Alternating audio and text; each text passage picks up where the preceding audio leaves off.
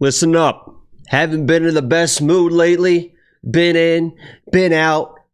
But you gotta step up, right? No matter what life hands you.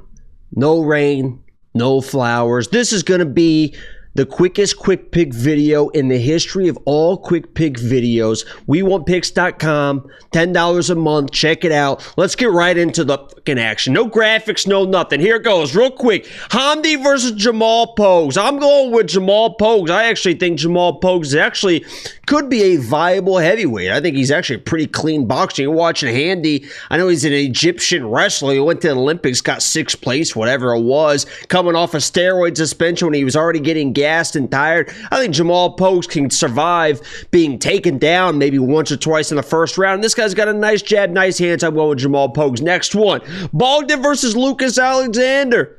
I'm going Lucas Alexander, and I'm hoping that he can be a sniper in there. This guy Bogdan has a hard head. He is all pressure. He can't get sniped. You saw against Tom Nolan, and Lucas Alexander can be a sniper. I do worry about Bogdan coming in with a wrestle-heavy game plan, kind of controlling the situation, wearing down a guy like Lucas. But if Lucas can extend space, be there with the counter shots, Bogdan is a reckless guy in the striking, but this one could be close. I think there's a finish either way, even though Bogdan is typically a Durban glide. But, you know, Jasmine versus Mauro Bueno Silva. I think Jasmine's better everywhere at this point. You know, I was a big Bueno Silva, and I always say don't bet against Brazil.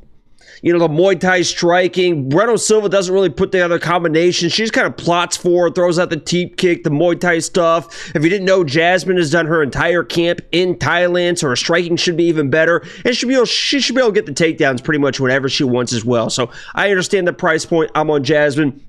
Terrence McKinney versus Demir. Demir, what, 37, 38 years old, hasn't fought in a couple years, not a crazy dangerous guy. This is set up for Terrence McKinney. Should be another highlight. I'm playing him by KO, hoping he just comes in and blitzes this guy like normal. I don't know if he's going to mess around with the wrestling. He's a guy that doesn't really, he's a, JUCO high-level wrestler, but he doesn't really like to mess around, knocks people. I'm going Terrence McKinney.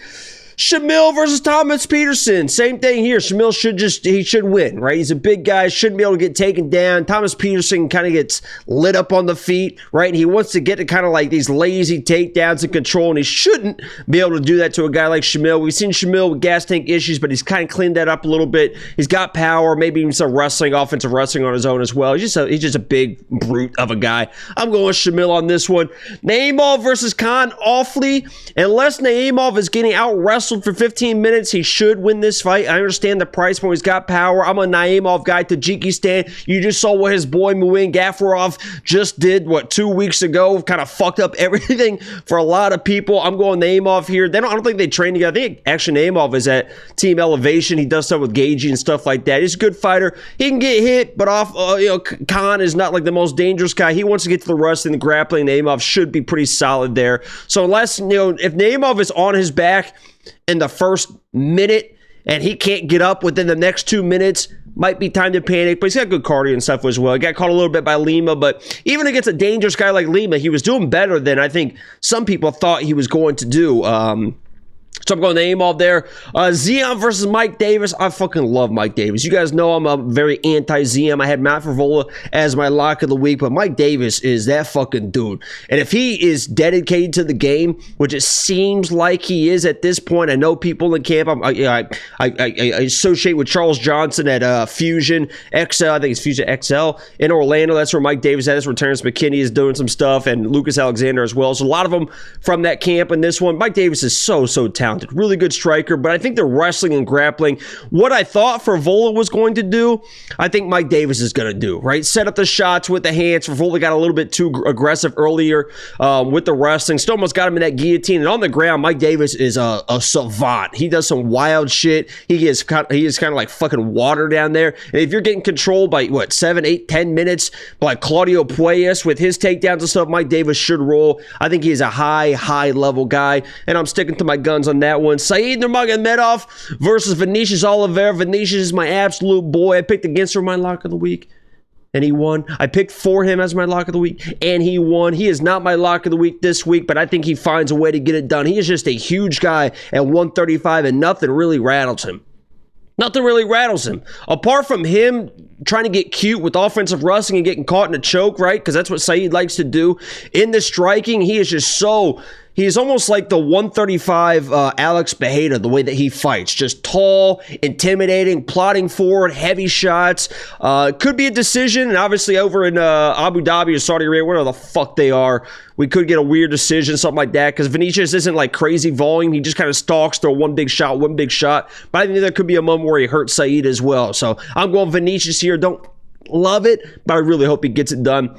Biggie Boy versus Sergey. I'm going Jairzinho in this one. I just think he does what he does. He's a higher level striker, in, out with the strikes. They've trained together before. Jairzinho seems pretty confident in this matchup, understanding what Sergey Pavlovich brings. And ever since Sergey has kind of lost that aura of being like that big knockout guy, people have been handling him okay recently. Obviously, they beat him back-to-back fights. So I'm going Biggie Boy here. I like Jairzinho in this matchup.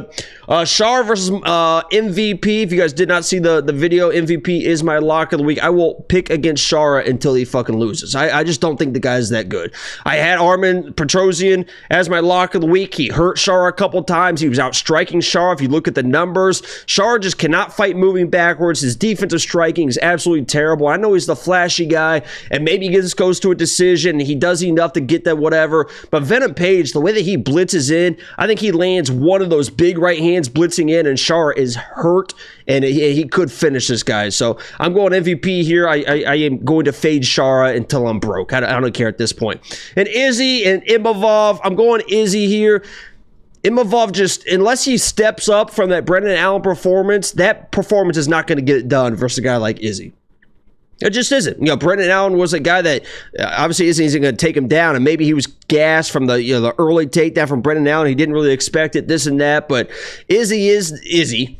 And I just think he's going to be the cleaner striker, outpoint a guy like Imavov, who really kind of needs to be in the pocket for his type of striking. And if Izzy is Izzy with the footwork and the step offs and this and that, and doesn't get taken down, if Izzy is Izzy, he should beat a guy like Imavov, but we'll see if he's past his prime. I'm not betting Izzy. I don't trust him that much. But as a pick, I'm going Izzy. Hopefully you guys enjoyed this quick pick video from me.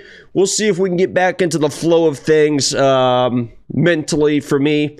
Be honest, it's been a little bit of a struggle the last 3, 4, 5 weeks, something like that, but we're trying to get back in the flow. I got up, I made this video for you guys, so like the video, subscribe if you are new. WeWantPicks.com. It's only $10 a month. I don't think I'm going to be streaming Saturday, to be honest. I mean, it starts like 8 a.m. here, maybe the main card or something, but we're trying to get back in the flow of things, guys. I appreciate all the support, and I'm out. Peace.